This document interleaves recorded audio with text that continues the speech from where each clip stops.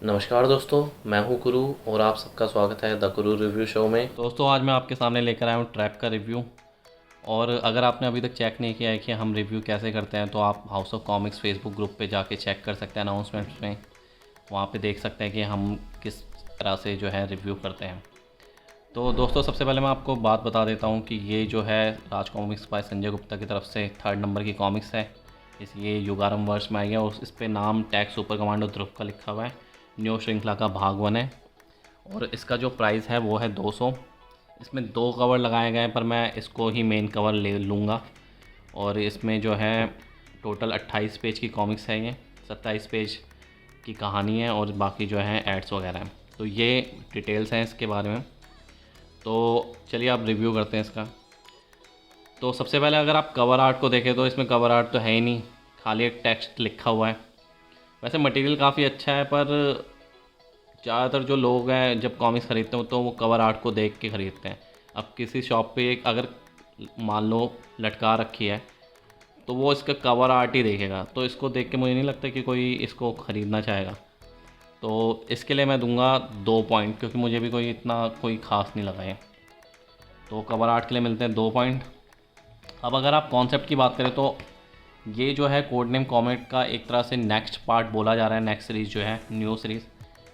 और इसमें एक चीज़ और है कि इसमें चंडिका की जो आइडेंटिटी है वो क्या ध्रुव के सामने रिवील हो जाएगी कि वो ही श्वेता है या नहीं। तो उस पर बेस्ड लग रही है मुझे, पर अभी तक कुछ चीज़ें क्लियर नहीं हुई है। तो कॉन्सेप्ट के लिए मैं जो है अभी 10 पॉइंट ही दूंगा। और साथ में मुझे एक चीज़ थोड़ी जो खली इसमें ये लगा कि मुझे कि ये कॉमिक्स चंडिका के ऊपर है बेसिकली, और आप इसको सुपर कमांडो ध्रुव के नाम से जो है बेच रहे हो। तो ऐसा नहीं करना चाहिए। मुझे लगता है कि जैसे आपने अगर डीसी मार्वल की भी कॉमिक्सें देखी होंगी तो उनके भी जो साइड कैरेक्टर्स होते हैं उनकी कॉमिक्सें आती हैं। तो ध्रुव की अगर कोई साइड कैरेक्टर है जैसे चंडिका है उसकी कॉमिक्स आ रही है तो आप उसके नाम से लिखिए। भले ही अगले पार्ट में जो है सुपर कमांडो ध्रुव पे फोकस हो तो सुपर कमांडो ध्रुव लिख दीजिए, पर ये है तो चंडिका की पूरी स्टोरी। तो मुझे नहीं लगता कि इसमें जो है सुपर कमांडो ध्रुव का नाम यूज़ करना चाहिए था। ये सुपर कमांडो ध्रुव की कॉमिक्स है, बेसिकली ये चंडिका की कॉमिक्स है, सारी कहानी में चंडिका थी। तो एक चीज़ ये मुझे लगी। चलिए अब आते हैं कहानी पे। कहानी का मैं ये कहूँगा कि कहानी में कुछ भी इतना खास नहीं हुआ है। 7-8 पेज तक तो जो है चंडिका जो है वो सपना देख रही होती है श्वेता, और उसके बाद जब वो सपने से उठती है तो खाली एक पार्टी में जाती है और बाद में जो है थोड़े उसको उसको जो है कोई कुछ मिला के खिला देता है। तो कहानी में मुझे ऐसा नहीं लगा कि कुछ भी मूव हो रहा है। उसके ऊपर जो डायलॉग्स वगैरह थे वो मुझे इतने कोई ख़ास नहीं लगे।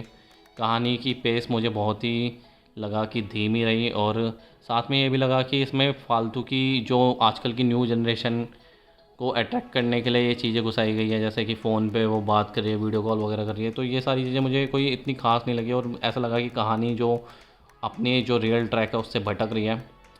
तो कहानी के लिए मैं दूंगा 7 पॉइंट। अब अगर आप आर्ट वर्क की बात करें तो इसमें 2 आर्टिस्ट ने जो है काम किया है, जबकि आप बताइए 28 पेज की कॉमिक्स है उसमें भी इनको 2 आर्टिस्ट की ज़रूरत पड़ रही है। एक है हेमंत कुमार और दूसरे सुशांत पांडा। अगर आप आर्ट वर्क दोनों का देखेंगे तो हेमंत कुमार जी का जो आर्ट वर्क है ठीक है, इतना मुझे कोई ख़ास नहीं लगा, क्योंकि आप देखेंगे तो इसमें कोई भी डिटेलिंग नहीं हुई है। बैकग्राउंड के सीन्स हैं उनमें बिल्कुल भी डिटेलिंग नहीं है। खाली जो आप स्टार्टिंग में जो देखेंगे जो मेन करेक्टर्स दिखते हैं खाली उनके स्केचेस वगैरह बनाए हैं, बाकी बैकग्राउंड में कोई भी डिटेलिंग पे इतना ध्यान नहीं दिया गया है। हेमंत कुमार जी हों या भले ही वो हो आपके सुशांत पांडा जी, दोनों का आर्ट वर्क जो है उन्होंने जो है मेन करेक्टर्स पे ज़्यादा फोकस किया है, और साथ में जो डिटेलिंग वाला पार्ट है मैं जो बता रहा हूँ आप लोगों को उस पर जो है इतना काम नहीं हुआ। आप देखिए जितने भी हैं वो बैकग्राउंड में आपको खाली कलर्स दिखेंगे, ज़्यादा डिटेलिंग वाला काम नहीं हुआ है।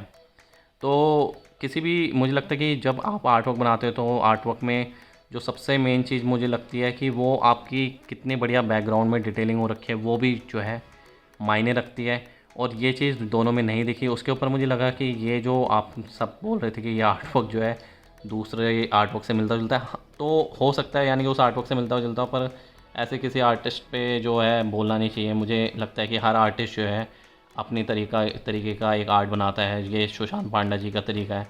तो ये आरसी को चीज़ देखनी चाहिए कि वो ऐसा आर्ट वर्क अपनी अगली कॉमिक्सों में लाना पसंद करेंगे या नहीं। ये आरसी को देखना चाहिए, और ये भी देखना चाहिए कि रीडर्स को ये आर्ट वर्क पसंद आ रहा है नहीं आ रहा है। तो आर्ट वर्क के लिए भी मिलेंगे खाली 7 पॉइंट। अब अगर आप कलरिंग की बात करें तो कलरिंग आप देखिए, कलरिंग जो है वो काफ़ी अच्छी है, यानी कि कलर्स जो है काफ़ी सूथिंग लगते हैं जहाँ जहाँ पे भी है। बैकग्राउंड में बेसिकली जो है डिटेलिंग के बजाय कलर्स ही किए गए, आपको जैसे मैंने दिखाया यहाँ पे भी देखिए कितने सारे कलर्स ही कलर्स दिखेंगे। तो कलर्स हैं। एक चीज़ जो मुझे लगी थोड़ी कि आप अगर आपने नोटिस ना की हो तो यहाँ पे श्वेता की आंखें ब्लू दिख रही हैं और ये जो है सपना देख के उठी है। तो अब ऐसा तो है नहीं कि इसने लेंस पहने हों, ऐसा हो नहीं सकता। सोते हुए जनरली लेंस नहीं पहनते, आजकल वैसे आ गए लेंस, पर मुझे नहीं लगता कि कोई लेंस वेंस पहनता और इतनी यानी कि कोई सोचता भी होगा। तो यहाँ पे इसकी आंखें ब्लू है और आपने अगर पहले की कॉमिक से पढ़ी होंगी तो श्वेता की आंखें जो है बेसिकली ब्लैक रहती हैं। अब अगर आप आगे जाएंगे तो जब श्वेता को अपने पास्ट की डिटेल्स याद आ रही होती हैं तो इसमें यहाँ पे उसकी आंखें काली हो जाती हैं। तो ये छोटी छोटी चीज़ें जो हैं मिस कर देते हैं आर्टिस्ट लोग, और यानी कि जो भी कलर कर रहे हैं। तो मुझे नहीं लगता कि ऐसी चीज़ें मिस करने वाली होती हैं। आप जब 28 पेज की कॉमिक्स है यार, उसमें आप ये चीज़ें भी मिस कर दे रहे हो। यहाँ पे देखिए पूरी ब्लैक दिख रही है आंखें। तो ये मुझे लगता है कि बहुत ही बड़ी मिस्टेक हो जाती है आपकी तरफ से। तो ये चीज़ें नहीं होनी चाहिए। आपको लगता है कि हाँ ब्लू आइज़ अच्छी लगती हैं कैरेक्टर्स वगैरह पे, तो ठीक है, पर आप कम से कम किसी कैरेक्टर को जो है ऐसे चेंज मत कीजिए।